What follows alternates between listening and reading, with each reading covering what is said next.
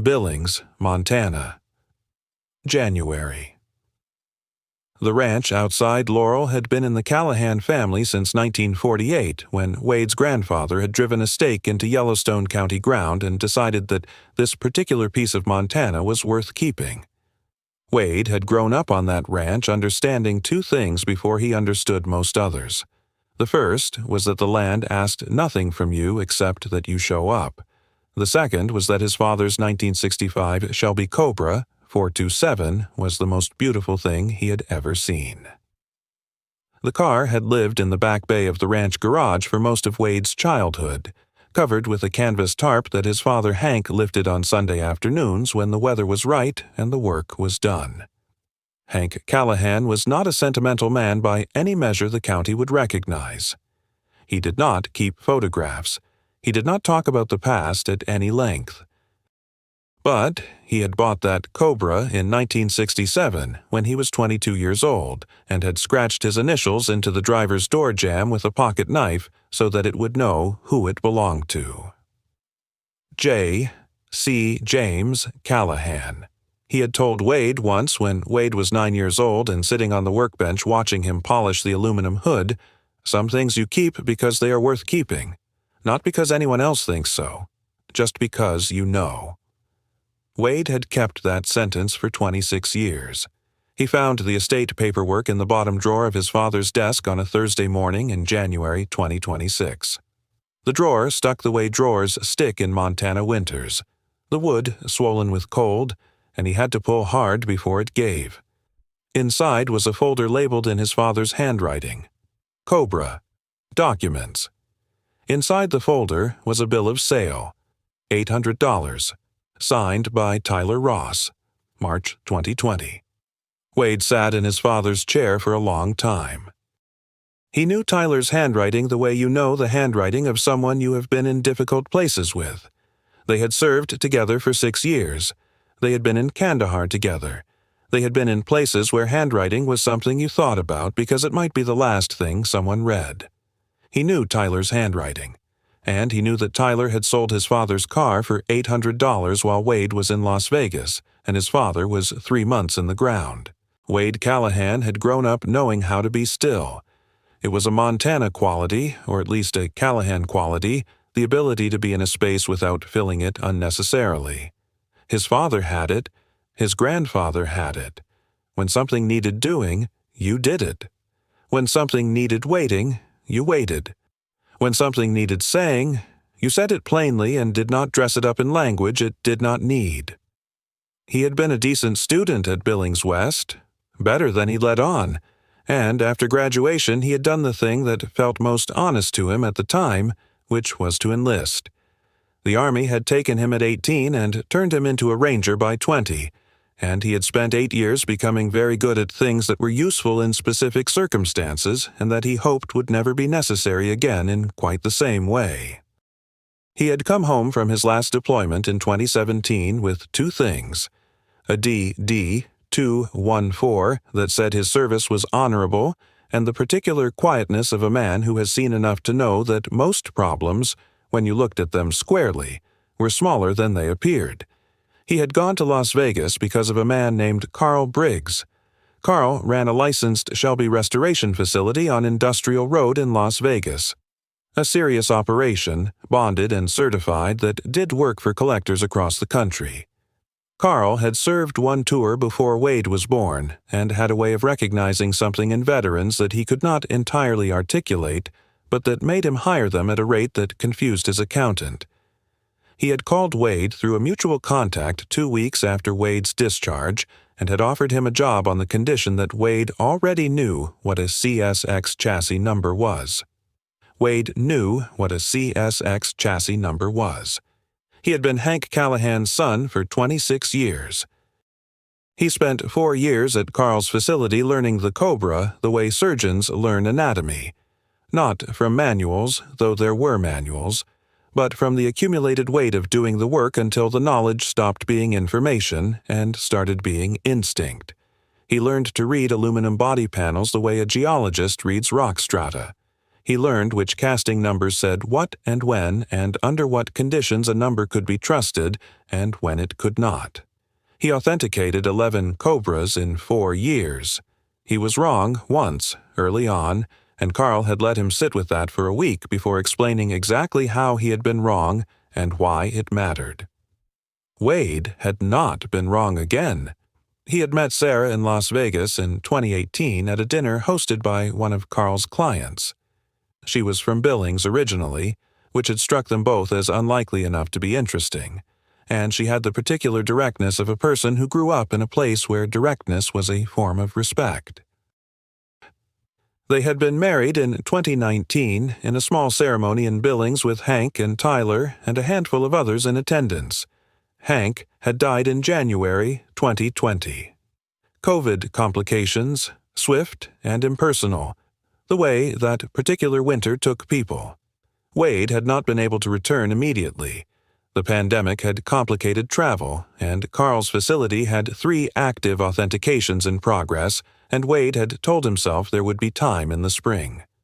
By the time he understood there would not be time in the spring, Tyler had already handled the estate. Tyler was listed as executor on the will, a formality Hank had arranged years earlier when Wade was deployed and someone needed to be able to sign documents. Tyler had done what he understood to be the right thing.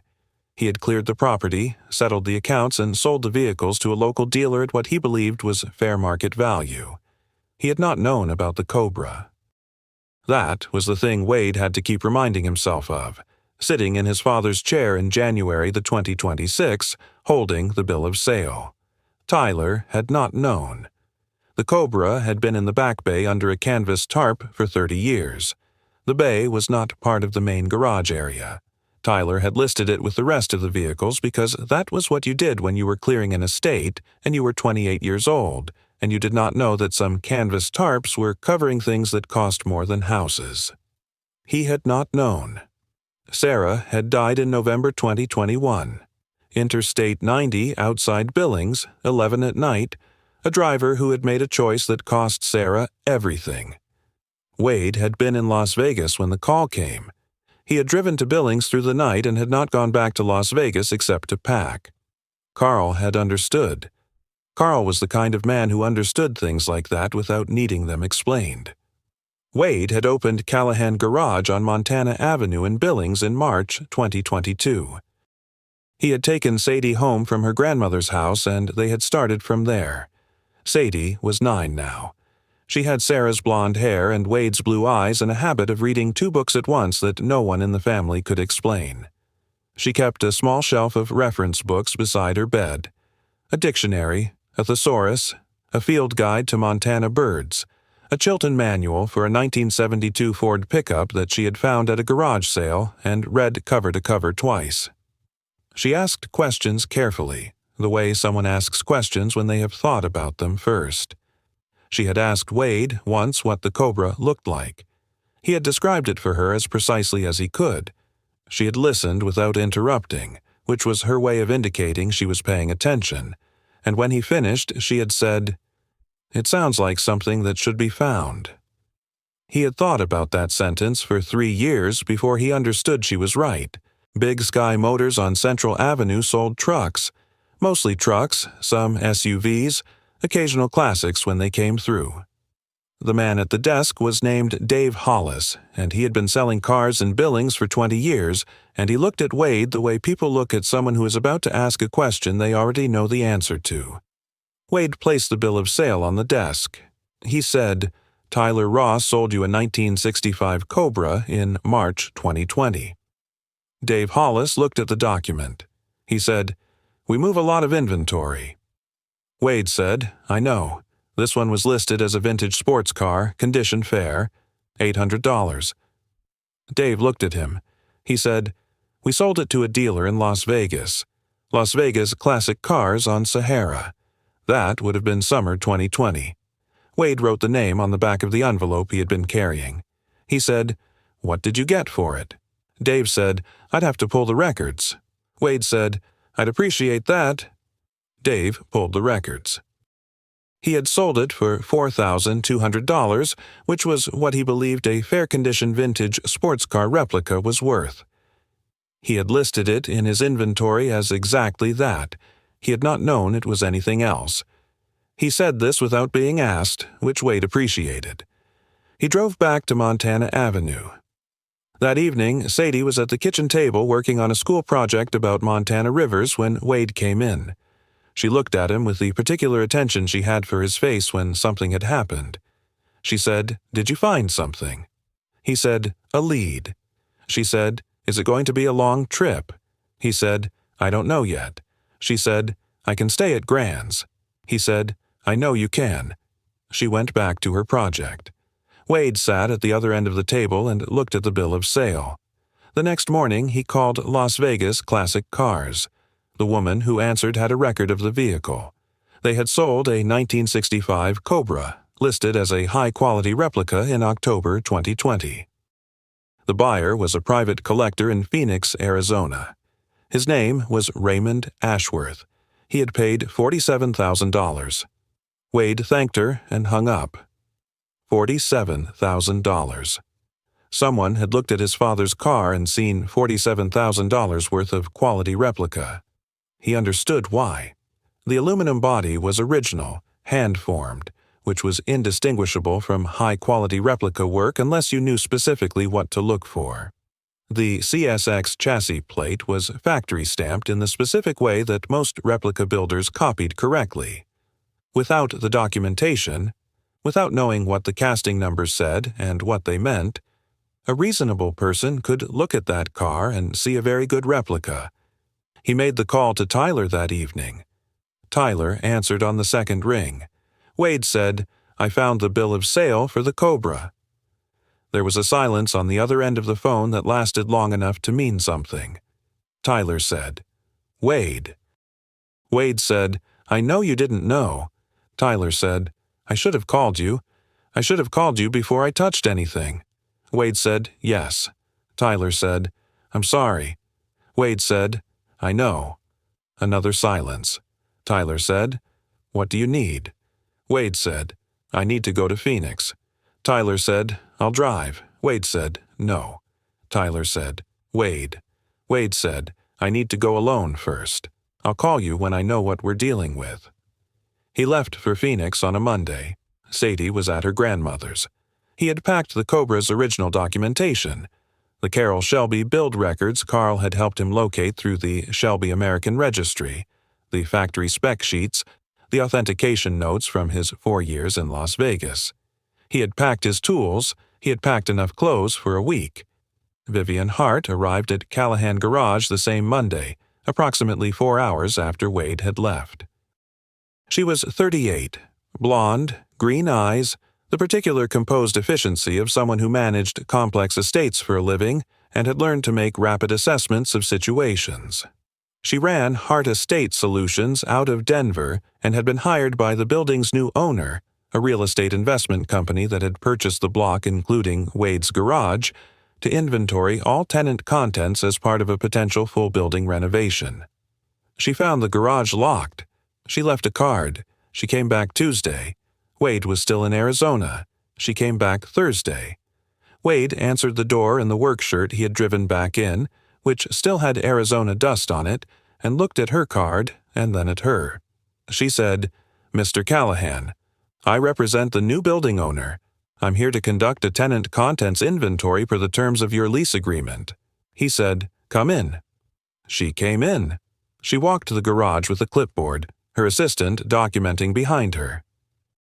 She was professional and precise and made no unnecessary comments. When she reached the back bay, she stopped. The 1965 Cobra was on the lift. Wade had brought it back from Phoenix 2 days earlier. Raymond Ashworth had sold it back to him for $47,000, which was exactly what Raymond had paid, because Raymond had turned out to be the kind of man who, when presented with evidence that something was not what he thought it was, said, "Tell me what you need." Vivian looked at the car. Her appraiser, Kevin Park, crouched beside it for several minutes. He looked at the chassis plate. He looked at the body panels. He stood up and said, with the confidence of someone who had been making these assessments for 15 years. High-quality replica. I'd put it at 800 to 1200. Vivian wrote the number on her clipboard. Wade said, "I'd like to show you something before you write that." She looked at him. He went to the workbench and picked up the documentation file he had brought back from Carl's facility 6 years ago and had kept in the same place ever since. He set it on the workbench and opened it. He said, "The chassis number is in the CSX 3000 series. That is the original Shelby American 427 build range. The 427FE Ford engine casting numbers match the 1965 production window. I have the Shelby American registry correspondence confirming the build record." Vivian looked at the documents. Her appraiser said, "A lot of replica builders copy those numbers accurately." Wade said, "They copy the number. They cannot copy the aluminum." He picked up the UV work light from the bench and clicked it on and held it against the driver's door jamb. In the ultraviolet light, scratched into the aluminum in letters approximately half an inch high, were 2 initials. J.C. Vivian looked at them. Wade said, "James Callahan, my father. He scratched those in 1967, 2 years after he bought the car." That is not something a replica builder puts in a door jamb. That is something a man puts in his own car so it knows who it belongs to. The garage was very quiet. Kevin Park did not say anything. Vivian looked at the initials for a long time. Then she said, "I need to make a phone call." Wade said, "Take your time. Authentication is a conversation." That was how Carl had explained it. The first week Wade had worked for him. Not a verdict, a conversation between what you know and what the car is telling you, conducted slowly, without impatience because the car has been waiting longer than you have and deserves to be heard completely. Wade had started the conversation with the Cobra the afternoon he brought it back from Phoenix. He had begun where he always began, which was at the chassis number. The CSX 3000 series designation was correct for a 1965 Cobra 427. The 3000 series numbers were assigned exclusively to the 427 cars, distinguishing them from the earlier 289-engined cars that carried CSX 2000 series numbers. He documented the stamp depth and character formation against the reference photographs from Carl's facility. He documented the number itself against the Shelby American registry records. Then he moved to the engine. The 427FE side-oiler engine was the heart of what made a genuine Cobra 427 what it was. The casting numbers on the block told a specific story: manufacturer code, casting date, displacement code, and that story either matched the 1965 production window or it did not. He cleaned the casting pad on the passenger side of the block and photographed it under direct work light and cross-referenced it against the reference documentation. It matched. He moved to the body. This was where the conversation became most specific. The aluminum body panels of an original Cobra 427 were hand-formed by craftsmen at the Abbey Panels Workshop in Coventry, England, shipped to Shelby American in Los Angeles, and fitted individually to each car. The hand-forming process left specific tool marks and surface characteristics in the aluminum that were different in nature from the smoother, more consistent surface of quality replica panels formed with modern tooling. The difference was not visible to the untrained eye. To someone who had spent 4 years working with both originals and replicas, it was as clear as the difference between a photocopy and a handwritten letter. He went over every panel with the combination of direct light and oblique light that revealed surface characteristics most clearly. The tool marks were original. He was 3 hours into the documentation when he found the other thing. He had been checking the firewall, the metal panel separating the engine bay from the cockpit, when he noticed a small metal plate in the lower right corner. The plate was dirty, partially obscured by decades of accumulated grime, but when he cleaned it with solvent, he could see the stamping clearly. Shelby American Inker, serial number CSX 3XXX427, competition. It was the original Shelby American data plate. He sat back on the creeper and looked at it. Replica builders occasionally added data plates, but they were always additions. Riveted or glued after the fact with the kind of clean mounting that indicated something new attached to something old. This plate was original, the same age as the metal around it, the rivet holes showing the same oxidation pattern as the surrounding firewall surface. He photographed it from 6 angles. Then he went inside and called Carl in Las Vegas. Carl answered on the 3rd ring. Wade said, "I need you to look at some photographs." Carl said, "Send them." Wade sent 37 photographs. Carl called back in 40 minutes. He said, "Wade, where did you find this?" Wade said, "It was my father's." Carl was quiet for a moment. He said, "Your father's?" Wade said, "Yes." Carl said, "He knew what he had." Wade said, "I know he did." Carl said, "This is going to take a few weeks to document properly for a major auction house. I can help you put the package together." The registry correspondence, the build records, the authentication analysis. We do this right, and there is no question at Mecum or Barrett-Jackson. Wade said, "I know." Carl said, "It's a real one, Wade. I don't need to tell you what it's going to bring." Wade said, "No." Carl said, "Your dad drove this thing." Wade said, "I know." There was a silence between them that was not uncomfortable. It was the silence of 2 people who understood the same thing and did not need to say it more than once. Vivian Hart called the following morning. She said, "Mr. Callahan, I've spoken with our appraisal department and with Kevin. I'd like to come back and see the complete documentation if you're willing to show me." Wade said, "I'll have it ready." She arrived at 10. Wade had the full documentation package spread across the workbench, the chassis registry correspondence, the engine casting analysis, the body panel examination notes, the data plate photographs, Carl's written assessment from Las Vegas. He walked her through each section without editorializing. He placed each document in front of her and gave her time to read it. When he reached the data plate photographs, she was quiet for a long time. Then she said, "Kevin was wrong." Wade said, "He made an honest assessment based on incomplete information. That's different from being wrong in a way that matters." She looked at him. She said, "Most people would not make that distinction in your situation." Wade said, "Most people haven't spent 4 years learning the difference." She set the data plate photograph down carefully. She said, "The building renovation timeline is flexible. I'll recommend to the owner that your lease be renewed at current terms for 2 years." Wade said, "I appreciate that." She said, "It's the right thing to do." She was looking at the Cobra when she said it. Wade set the UV light down and looked at her. He said, "Do you want to see the initials again?" She said, "Yes." He clicked on the UV light and held it against the door jamb. J.C. Vivian stood close, not touching, just close. The way people stand when they have stopped keeping the distance that professional situations require and have not yet decided what replaces it. She said, "How old was he when he bought it?" Wade said, 22. She said, "The same age you were when you enlisted." Wade said, "I hadn't thought about that." She said, "I think he had."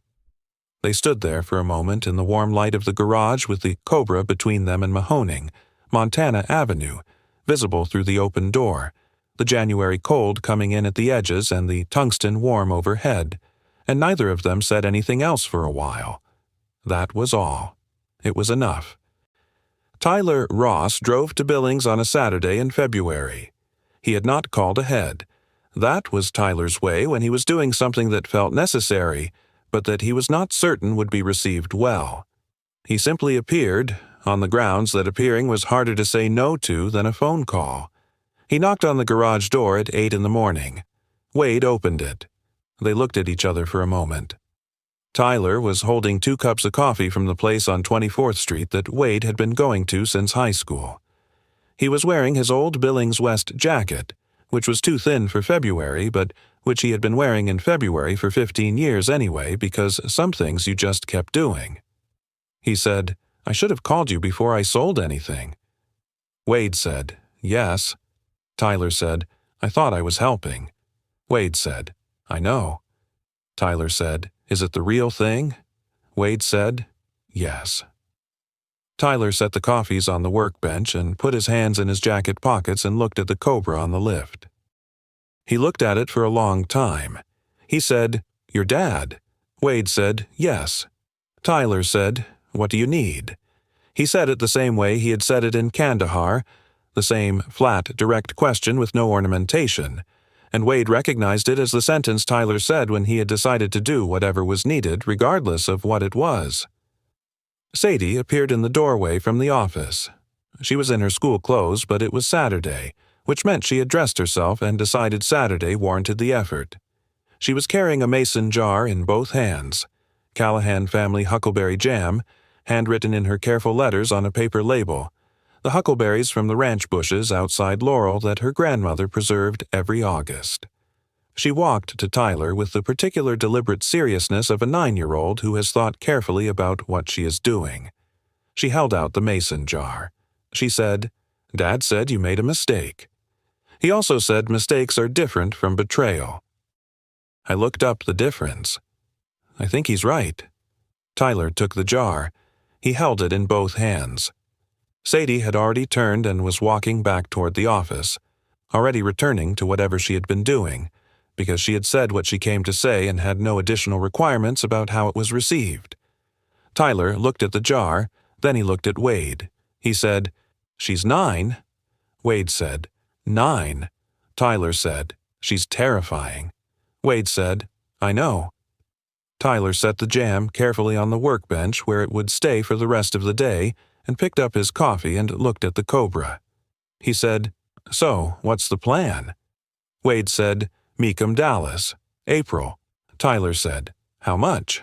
Wade said, "Carl thinks 1.8 to 2.2, depending on the room." Tyler was quiet for a moment. Then he said, "Your dad paid how much?" Wade said, $450, in 1967. Tyler made a sound that was not quite a laugh. He said, "Hank." Wade said, "Yes." They drank their coffee in the garage on a Saturday morning in February, the two of them and the Cobra, and the January cold had given way to the particular Montana February that was slightly less cold, but not yet anything you would call warm, and the rim rocks were visible through the open garage door against the sky, and outside on Montana Avenue, Billings was doing what it always did, which was existing in the specific, unhurried way of a city that had learned not to confuse urgency with importance. Vivienne came back 3 more times before the auction. The first time was to confirm the lease renewal paperwork. The second time was to bring a correction. Her firm had listed the garage contents at incorrect values in the building owner's insurance assessment, and she wanted to provide the revised documentation personally. The third time she did not have a reason she stated out loud. She arrived on a Thursday evening when Tyler was helping Wade install the restored dashboard. She stood in the entrance for a moment watching them work. Wade nodded at her. Tyler looked at her, then at Wade, then back at the dashboard with the studied neutrality of a man who had decided this was not his business. She stayed for an hour.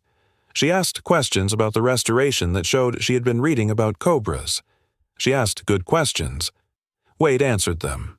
When she left, Tyler waited until her car had turned off Montana Avenue. Then he said, Wade said, "Don't." Tyler said, "I didn't say anything." Wade said, "You were about to." Tyler said, "I was just going to say she asks good questions." Wade looked at him. Tyler handed him the torquing wrench. They went back to the dashboard. Mecum Auctions, Dallas. April. The Kay Bailey Hutchison Convention Center had the particular organized chaos of a major classic car auction. The smell of old leather and metal polish and the specific anticipation of rooms where significant amounts of money were about to change hands for objects that could not be reduced to spreadsheets. Wade had consigned the Cobra through Carl's facility, which gave it the authentication provenance of a Shelby specialist operation with a track record that auction houses knew and trusted. The documentation package was complete: chassis registry, engine authentication, body panel analysis, data plate confirmation, Carl's written assessment, and the UV photograph of the door jamb initials that Wade had printed at 8 by 10 inches and included in the physical package because some evidence was better shown than described. He had driven the Cobra from Billings to Dallas on a trailer behind his truck. Sadie had ridden with him for the first 6 hours, until her grandmother had met them in Casper, Wyoming to take her back to Billings. Sadie had been reading in the passenger seat for most of the drive, but somewhere in the middle of Wyoming she had put her book down and looked out at the landscape for a long time without speaking. Then she had said, "Dad, do you think Grandpa Hank knew you would find it?" Wade had thought about that for a while before answering. He had said, "I think he knew the kind of person who would know what it was would find it eventually. He probably hoped it would be me." Sadie had nodded and picked up her book. Tyler had driven separately and met Wade at the convention center the morning of the consignment. He had brought Carl, who had driven up from Las Vegas because Carl was the kind of man who showed up in person for things that mattered. Vivian was there too. She had said 2 weeks earlier that she would be in Dallas for a separate client and that she might stop by if the timing worked. She was already at the consignment area when they arrived, holding a coffee, looking at the car with the expression of someone who had done their reading. The car came across the block at 2 in the afternoon. The auctioneer's introduction was thorough. 4 decades of Shelby racing heritage, the CSX 3000 series production context, the authentication provenance, the restoration scope. The room was paying attention. Bidding opened at $400,000. It moved. Not in the way that bidding moves on cars people are uncertain about. Not the careful incremental testing of buyers trying to establish where the ceiling was. It moved the way bidding moves when multiple people in a room have done their homework and made their decisions and are prepared to execute them. At one point, $2 million, the field narrowed to 3 bidders. At 1.6, 2. At 1.9, the paddle from a collector Wade had never met. A woman from Dallas who had been collecting Shelby cars for 30 years and who had, according to Carl, been looking for a documented 427 for 6 years, stopped moving. The other bidder did not stop. The hammer fell at $2,100,000. Wade was standing at the edge of the room with Tyler and Carl and Vivian. He did not say anything when the hammer fell. Neither did Tyler. Carl put his hand briefly on Wade's shoulder and then took it away, which was more than Carl usually did and which meant something coming from him. Vivian was standing slightly apart. She was looking at the car as the auction staff prepared to move it to the new owner's staging area, and her expression was the particular expression of someone who had arrived at a situation not understanding it and was leaving understanding it completely. After a while, she looked at Wade. She said, "Your father paid $450. Wade said, "In 1967. She said, "And he knew." Wade said, "He always knew." She looked at the car one more time. Then she said, "I'm going to remember this for a long time." Wade said, "So am I." Tyler had gone to get coffee. He came back with 3 cups and distributed them without commentary and stood beside Wade looking at the empty space where the Cobra had been, and the 3 of them stood there for a while in the organized chaos of a room that had moved on to the next car and the next story, because auctions do not pause for significance. Later, in the parking lot, Tyler handed Wade an envelope. Wade looked at it. Tyler said, "Open it." Inside was a personal check for $47,000. Wade looked at the check, then at Tyler. Tyler said, "You paid $47 to get it back from the collector in Phoenix. That was my mistake that cost you that money. I've been saving since I found out." Wade said, "Tyler." Tyler said, "I know it doesn't fix it. I know the car is gone and it should still be on that lift in your garage. I know that. But I can fix the 47. Wade held the check for a long moment. He said, "You drove 400 miles to help me restore it." Tyler said, "That doesn't cost anything." Wade said, "Yes, it does." Tyler looked at him. Wade handed the check back. He said, "Buy Sadie something when she graduates." A car she can work on. Something that needs work. Tyler took the check back. He said, something she can look up the casting numbers on. Wade said, something exactly like that. They drove back to Billings in separate trucks, north through Texas and into the high plains, and somewhere in Wyoming the sky did the thing it did in Wyoming, which was to become larger than seemed physically possible, and Wade drove through it with the particular quiet of a man who had done what he came to do and was going home. April in Billings. The rim rocks above town caught the evening light in the specific way they caught it in spring. Warm sandstone against the pale blue of a sky that was finally, after the long pull of Montana winter, beginning to mean something again. The auction proceeds arrived by wire transfer on a Tuesday.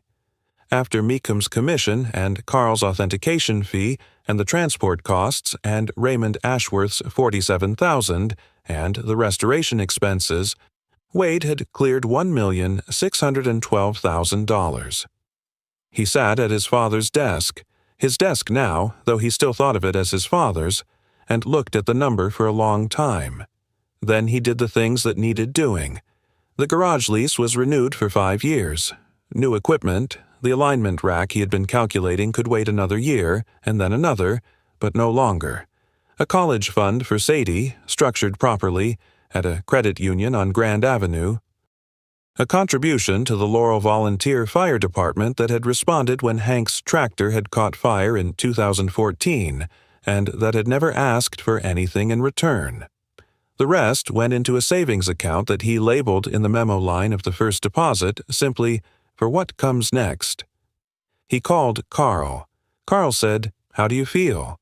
Wade said, "I feel like I owe you a dinner." Carl said, "You owe me nothing. Your father's car got the ending it deserved. I got to be part of that. That's worth more than dinner." Wade said, "Come to Billings sometime." Carl said, "I've never been to Montana." Wade said, "You should fix that." Carl laughed, a real one, short and specific.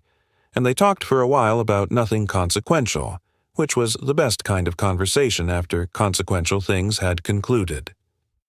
Vivian called on a Thursday evening. She said, "I wanted to say that I've been thinking about what your father did. Keeping that car for 40 years without telling anyone. Just knowing."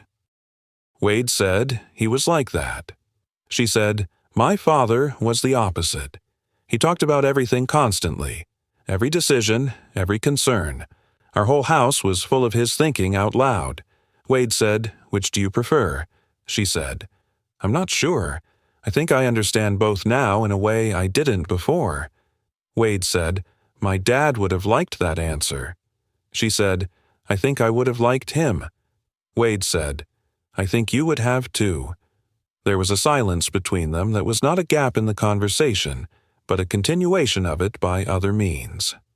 She said, "I'll be in Billings in June, a client in the Heights." He said, "I know a good place for coffee." She said, "I'll call ahead this time." He said, "That would be different." She said, "Is that a yes?" He said, "Yes." She said, "Good night." He said, "Good night." He sat at the desk for a while after they hung up, looking at the empty lift where the Cobra had been, thinking about how spaces tell you something about what filled them. Tyler came by on a Saturday. He had the Huckleberry Jam under his arm. He had kept it since February, and he set it on the workbench when he came in and said, "I want to give this back. To Sadie. I think she should have it." Sadie was on her stool with her books. Tyler placed the jam in front of her. He said, "I wanted you to know that I kept this for 2 months because it mattered to me. And I want you to have it back, because it should go to someone who understands why it mattered." Sadie looked at the jar. Then she looked at Tyler with the serious evaluating expression that meant she was deciding something. She said, "Did you look up the difference between a mistake and a betrayal?" Tyler said, "Yes." She said, "And?" He said, "Your dad was right. They're different things." She picked up the jam. She said, "I'll make pancakes." She went to the kitchen. Tyler looked at Wade. Wade said, "She makes good pancakes." Tyler sat on the stool.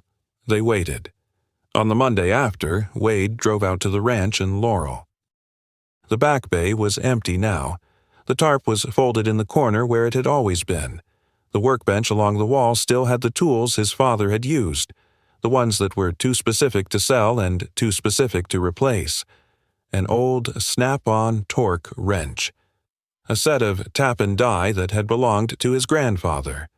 A photograph pinned to the pegboard above the bench of Hank Callahan standing beside a 1965 Cobra 427 in Grand Sport white, squinting in the summer sun, 22 years old and certain about something. Wade took the photograph down carefully. He looked at it for a long time.